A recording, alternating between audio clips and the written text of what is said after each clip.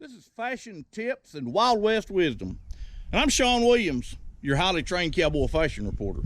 Now today I've got on another spectacular pearl snap shirt. No, it's pearl snaps. This shade of red is Faded Scarlet. Now I know it looks a lot like Whisper of Scarlet, but Faded Scarlet is quite a bit more faded and a little less whispery. It's an easy mistake. Well, today I thought we would talk about kind of a controversial subject in some circles, and that is tying a leg up on a horse. Now, I'm not going to get into the argument because there's probably more opinions on that than there is what color to paint kitchens. But the fact is, it was a necessity years ago, and a lot of people still use it, including myself when I was starting colts and shoeing horses. And a good friend of mine, Gary Edwards, who was kind of raised on the JAs and in the Wagner Ranch and in the bronc pens back in the late 50s, early 60s.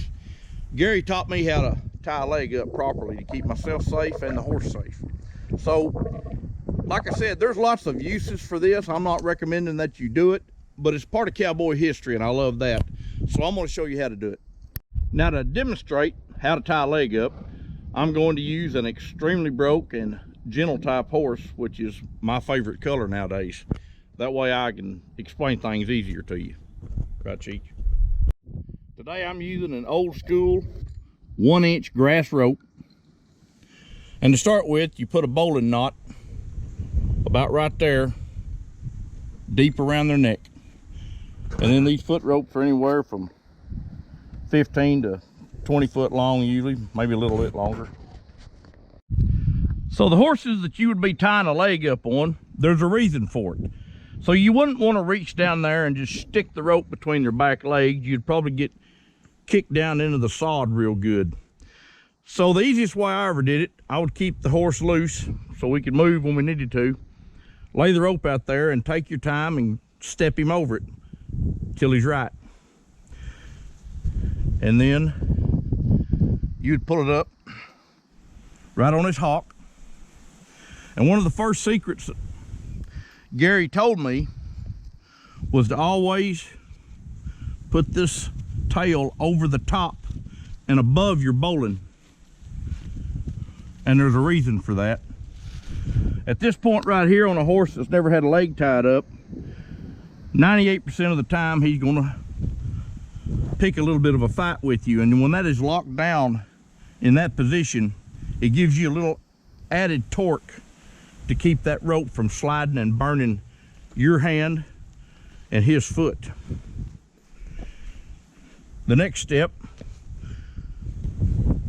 would be to throw the tail out here like this, and I have it over my shoulder to keep it out of my way. And you want to throw a half hitch over the bottom of that foot. And it's been a while since I've done it, so I'm going to miss a few times. There we go. And at this point, you wait for an opportunity, pull the leg up a little, and throw that on it right there. I'm not going to pull it down tight because Cheech has earned my respect. He doesn't need that.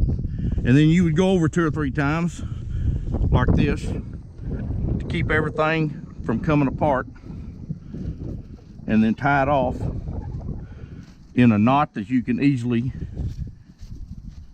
get untied. That's how you put a foot rope on.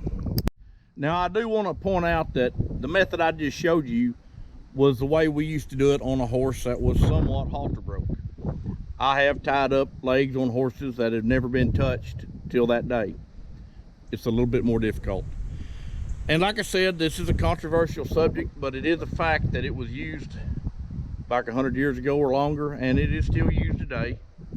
I would not recommend anyone doing it. There is quite a bit of danger in some of it.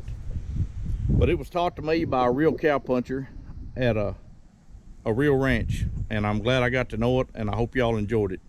And I'll see you next time. Keep snapping.